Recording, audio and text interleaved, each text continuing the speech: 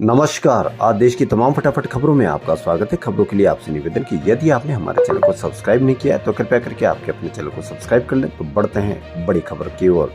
कर्नाटक में गठबंधन के बाद पहली बार जेडीएस ने बीजेपी के साथ मिलकर कावेरी जल विवाद पर प्रदर्शन में हिस्सा लिया।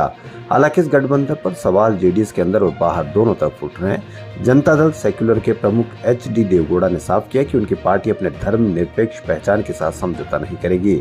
पार्टी के अंदर विद्रोह की आवाज उठ रही है, जिससे निपटने की कवायद उन्होंने शुरू कर दी। हालांकि लोकसभा चुनाव में बीजेपी के साथ सीट शेयरिंग को लेकर रहस्य अभी भी बरकरार है। सामाजिक सुरक्षा पेंशन योजना के तहत अब जरूरतमंद वृद्ध जनों, एकल नारी, विशेष योग्य जन, लघु सीमांत किसानों की सामाजिक सुरक्षा पेंशन 1000 रूपए कर दी गई है। इसमें हर साल 15% बढ़ोतरी भी होगी। सबको सम्मान के साथ जीने का हक, राजस्थान की सरकार की जरूरतमंदों के लिए पेंशन योजना।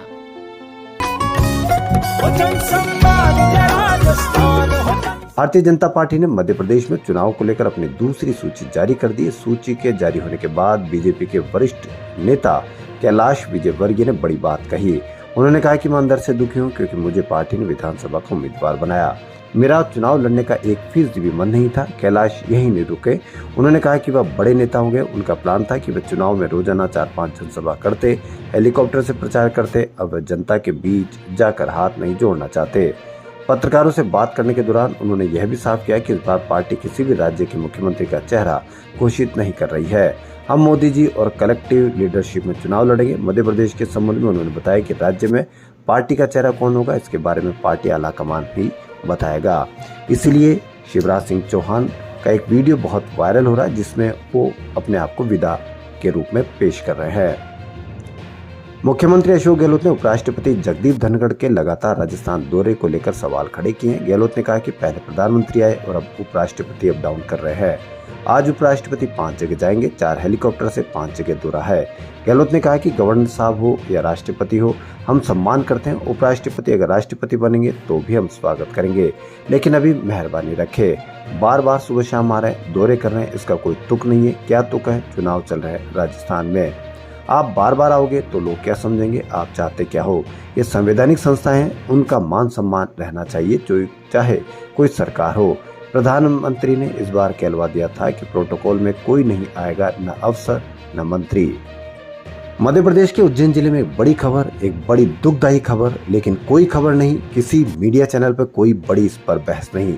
जहाँ एक मासूम बच्ची लहूलुहान हालत में शहर में भागती रही और सुरक्षा मांगती रही। 12 साल की लड़की लहूलुहान लड़की सड़कों में भागती रही। खून से सनी अर्धनग्न लड़की लगभग 2.5 घंटे भटकती रही। वह पूरे 8 किलोमीटर तक दौड़ती रही, जिससे मिले उसे हाथ जोड़कर बोलती कि कोई मेरे पीछे पड़ा है।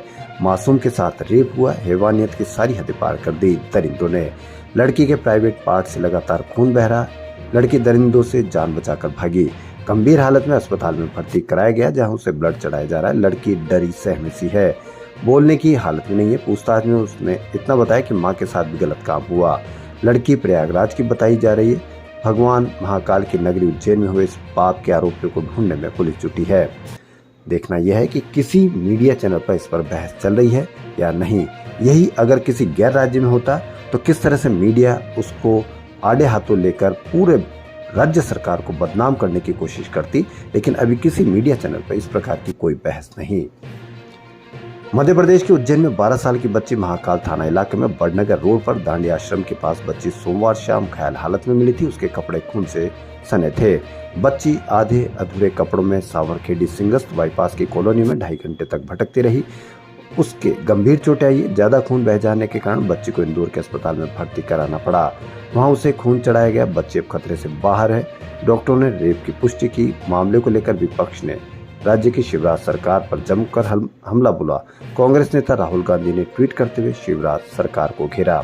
अब देखना यह है कि कितनी सजग रहती है सरकार। अगर यही कोई किसी गैर भाजपा राज्य में ऐसा कांड हो जाता तो पूरे देश में एक अलग ही माहौल मिलता और पूरा देश सिर्फ सरकार को दोषी ठहराता।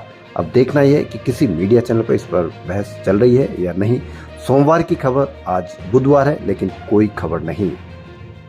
खबरों फिलहाल इतना ही। यदि आपको हमारा चैनल पसंद आए तो लाइक, सब्सक्राइब और शेयर अवश्य करें। धन्यवाद।